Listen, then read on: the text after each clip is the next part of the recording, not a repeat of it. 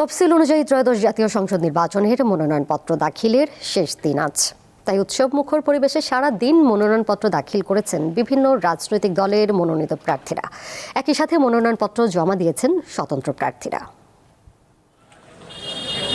ঠাকুরগাঁও 1 আসন থেকে নির্বাচনে লড়তে রিটার্নিং কর্মকর্তা জেলা প্রশাসক ইসরাত জাহানের কাছে মনোনয়নপত্র জমা দিয়েছেন বিএনপি মহাসচিব মির্জা ফখরুল ইসলাম আলমগীর।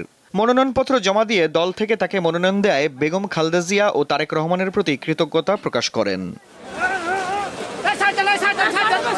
দুপুরে রিটার্নিং কর্মকর্তার কাছে মনোনয়নপত্র দাখিল করেছেন ঠাকুরগাঁও 1 আসনের বাংলাদেশ জামায়াত ইসলামের মনোনীত প্রার্থী মোহাম্মদ দেলোয়ার হোসেন। এ সময় নির্বাচনের পূর্বে লেভেল প্লেইং ফিল্ড ও সুষ্ঠু পরিবেশ নিশ্চিত করার দাবি জানান তিনি। ত্রয়োদশ জাতীয় সংসদ নির্বাচনে ফেনী 1 আসন থেকে মনোনয়নপত্র জমা দিয়েছেন বিএনপি চেয়ারপারসন বেগম খালেদা জিয়া। তার পক্ষে দুপুরে জেলা প্রশাসক ও রিটার্নিং কর্মকর্তা মনিরা হকের কাছে মনোনয়নপত্র জমা দেন বিএনপির দলীয় নেতাকর্মীরা।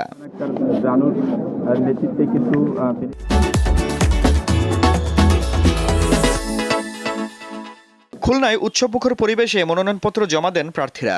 সকাল থেকে রিটার্নিং কর্মকর্তা জেলা প্রশাসক আসম ও জামশেদের কাছে খুলনা 1, 2, 4, 5 ও 6 আসনের প্রার্থীরা তাদের মনোনয়নপত্র জমা দেন।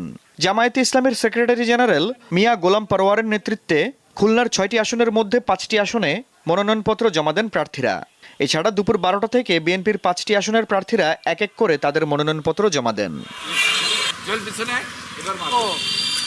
বাগেরহাটে উৎসবমুখর পরিবেশে মনোনয়নপত্র জমা কার্যক্রম চলে।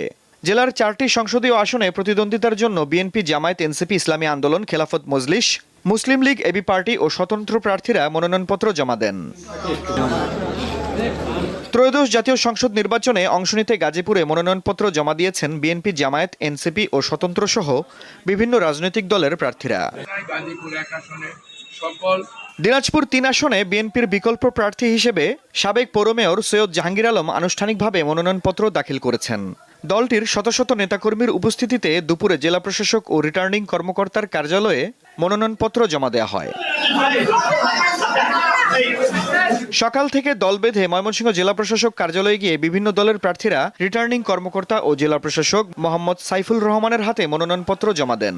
ময়মনসিংহের 11টি আসনে বিভিন্ন দল ও স্বতন্ত্র প্রার্থী মনোনয়নপত্র জমা দিয়েছেন। আফরিদ হাসান, দীপ্ত, বার্তা কক্ষ।